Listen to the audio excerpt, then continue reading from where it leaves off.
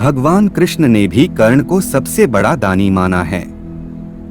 अर्जुन ने एक बार कृष्ण से पूछा कि सब कर्ण की इतनी प्रशंसा क्यों करते हैं? इस प्रश्न का जवाब देने के लिए कृष्ण ने 2 पर्वतों को सोने में बदल दिया और अर्जुन से कहा कि इस सोने को गांव वालों में बांट दो।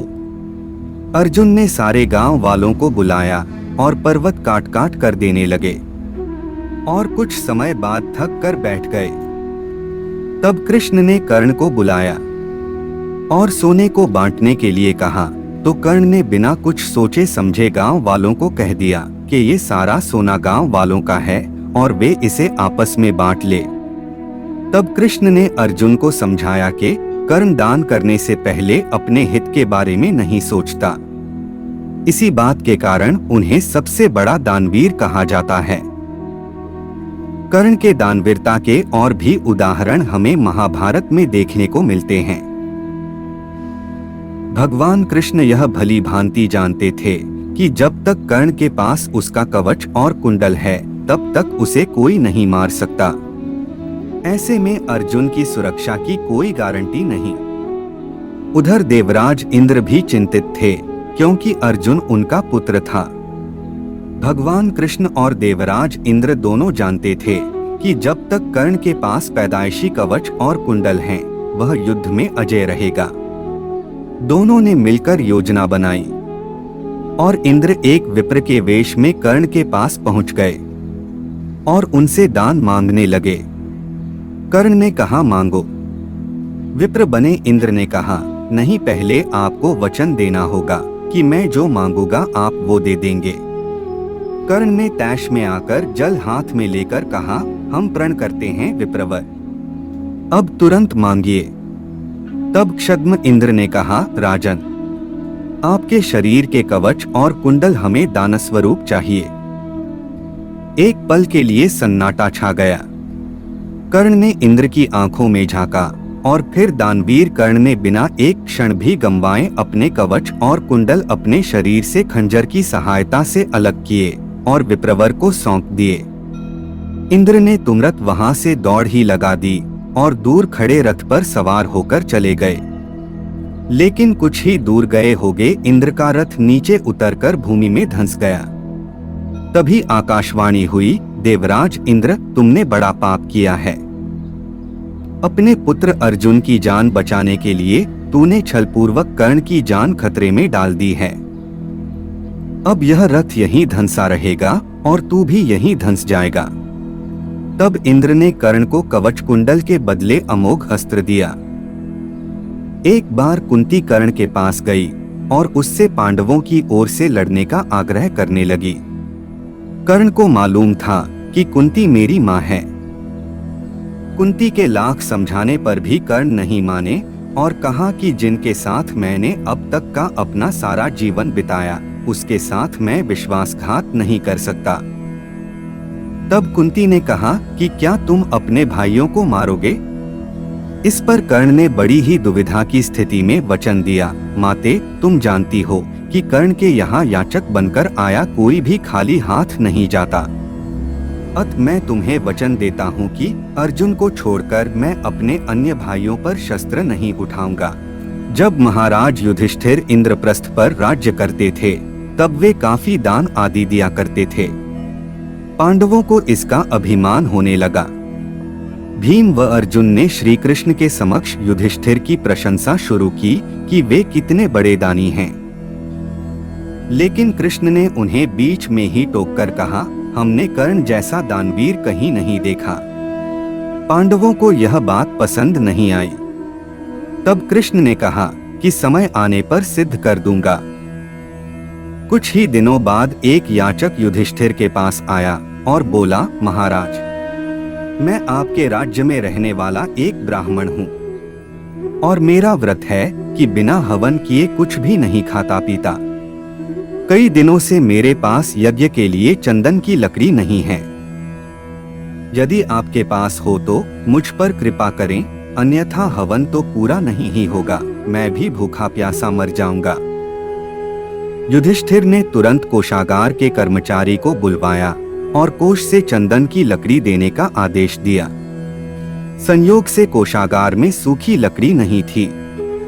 तब महाराज ने भीम व अर्जुन को चंदन की लकड़ी का प्रबंध करने का आदेश दिया, लेकिन काफी दौड़ धूप के बाद भी सूखी लकड़ी की व्यवस्था नहीं हो पाई। तब ब्राह्मण को हताश होते देख कृष्ण ने कहा, मेरे अनुमान से एक स्थान पर आपको लकड़ी मिल सकती है, आइए मेरे साथ। ब्राह्मण यह सुनकर खुश हो गए। बोला, कहाँ पर? तब भगवान ने अर्जुन व भीम का भी वेश बदलकर ब्राह्मण के संग लेकर चल दिए। कृष्ण सबको लेकर कर्ण के महल में गए। सभी ब्राह्मणों के वेश में थे, अतः कर्ण ने उन्हें पहचाना नहीं। याचक ब्राह्मण ने जाकर लकड़ी की अपनी वही मांग दोहराई। कर्ण ने भी अपने भंडार के मुखिया को बुलवाकर सूखी लकड़ी देने के लिए कहा, वहां भी सूखी लकड़ी नहीं थी। ऐसे में ब्राह्मण निराश हो गया। अर्जुन और भीम प्रश्नसूचक निगाहों से भगवान कृष्ण को ताकने लगे, लेकिन श्री कृष्ण अपनी चिरपरिचित मुस्कान लिए चुपचाप बैठे रहे। तभी कर्ण ने कहा, हे ब्राह्मण दे, आप निराश न हो, एक उपाय है मेरे पास। उसने अपने महल के खिड़की दरवाजों में लगी चंदन की लकड़ी काट काट कर ढेर लगा दी। फिर ब्राह्मण से कहा, आपको जितनी लकड़ी चाहिए कृपया ले जाइए। कर्ण ने लकड़ी ब्राह्मण के घर पहुंचाने का प्रबंध भी कर दिया। ब्राह्मण कर्ण को आशीर्वाद देता हुआ लौट गया। पांडव व श्री कृष्ण भी लौट आए। वापस आकर भगवान ने कहा, साधारण अवस्था में दान देना कोई विशेषता नहीं है, असाधारण परिस्थिति में किसी के लिए अपने सर्वस्व को त्याग देने का ही नाम दान है। अन्यथा हे युधिष्ठिर, चंदन की लकड़ी के खिड़की द्वार तो आपके महल में भी थे। किंवदंती है कि एक बार कर्ण ने अपना यौवन ही दान दे दिया था। कथा अनुसार एक बार की बात है, दुर्योधन के महल पर भगवान नारायण स्वयं विप्र के वेश में पधारे और दुर्योधन से भिक्षा मांगने लगे। दुर्योधन के द्वार पर आकर विप्र ने अलख जगाई, नारायण हरि भिक्षा देहि। दुर्योधन ने स्वर्ण आदि देकर विप्र का सम्मान करना चाहा, तो विप्र ने कहा, राजन मुझे यह सब नहीं चाहिए। दुर्योधन ने आश्चर्य से पूछा, तो फिर महाराज कैसे पधारे? विप्र ने कहा, मैं अपनी वृद्धावस्था से दुखी हूँ। मैं चारों धाम की यात्रा करना चाहता हूँ, जो युवावस्था के स्वस्थ शरीर के बिना संभव नहीं है। इसलिए यदि आप मुझे दान देना चाहते हैं तो यौवन दान दीजिए। दुर्योधन बोला, भगवन मेरे यौवन पर मेरी सहधर्मिणी का अधिकार है, आज्ञा हो तो उनसे पूछ आऊं। विप्र ने सिर हिला दिया। दुर्योधन अंतपुर में गया और मुंह लटकाए लौट आया। विप्र ने दुर्योधन के उत्तर की प्रतीक्षा नहीं की। वह स्वतः समझ गए और वहां से चलते बने। उन्होंने सोचा, अब महादानी कर्ण के पास चला जाए। कर्ण के द्वार पहुंचकर विप्र ने अलख जगाई, भिक्षा देहि। कर्ण तुरंत राजद्वार पर उपस्थित हुआ। विप्रवर, मैं आपका क्या अभीष्ट करूं? विप्र ने दुर्योधन से जो निवेदन किया था वही कर्ण से भी कर दिया। कर्ण उस विप्र को प्रतीक्षा करने की विनय करके पत्नी से परामर्श करने अंदर चला गया, लेकिन पत्नी ने कोई ननुकुर नहीं की। वह बोली, महाराज दानवीर को दान देने के लिए किसी से पूछने की जरूरत क्यों आ पड़ी? आप उस विप्र को संकोच यौवन दान कर दें। कर्ण ने अविलंब यौवन दान की घोषणा कर दी। तब विप्र के शरीर से स्वयं भगवान विष्णु प्रकट हो गए, जो दोनों की परीक्षा लेने गए थे।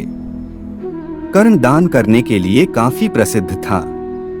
कहते हैं कि कर्ण जब युद्ध क्षेत्र में आखिरी सांस ले रहा था तो भगवान कृष्ण ने उसकी दानशीलता की परीक्षा लेनी चाहिए। वे गरीब ब्राह्मण बनकर कर्ण के पास गए और कहा कि तुम्हारे बारे में काफी सुना है और तुमसे मुझे अभी कुछ उपहार चाहिए। कर्ण ने उत्तर में कहा कि आप जो भी चाहे मांग लें। ब्राह्मण ने सोना मांगा। कर्ण ने कहा कि सोना तो उसके दांत में है और आप इसे ले सकते हैं। ब्राह्मण ने जवाब दिया कि मैं इतना कायर नहीं हूँ कि तुम्हारे दांत तोड़ूं। कर्ण ने तब एक पत्थर उठाया और अपना दांत तोड़ दिया। ब्राह्मण ने इसे भी लेने से इनकार करते हुए कहा कि खून से सना हुआ यह सोना वह नहीं ले सकता। कर्ण ने इसके बाद एक बाण उठाया और आसमान की तरफ चलाया। इसके बाद बारिश होने लगी और दांत धुल गया। तो दोस्तों, इस तरह से महाभारत में ऐसे कई उदाहरण हैं जो कर्ण के दानवीरता का सबूत देते हैं। तो दोस्तों, आज की ये जानकारी आपको अच्छी लगी हो तो वीडियो को लाइक करें और चैनल को सब्सक्राइब करना ना भूलें।